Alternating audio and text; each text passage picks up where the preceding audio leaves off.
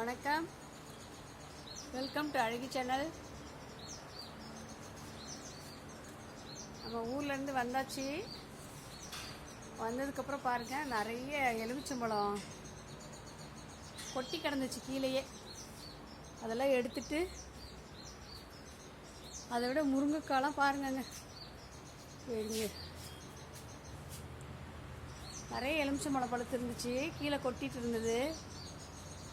இங்கே வருங்க, முருங்கைக்காலாம் ரொம்ப குத்தி போச்சுங்க.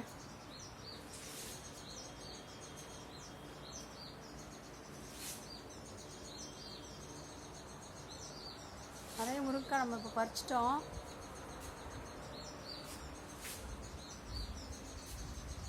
வாழைக்கொலை பாருங்க, கைக்கு எட்டுற அளவுக்கு.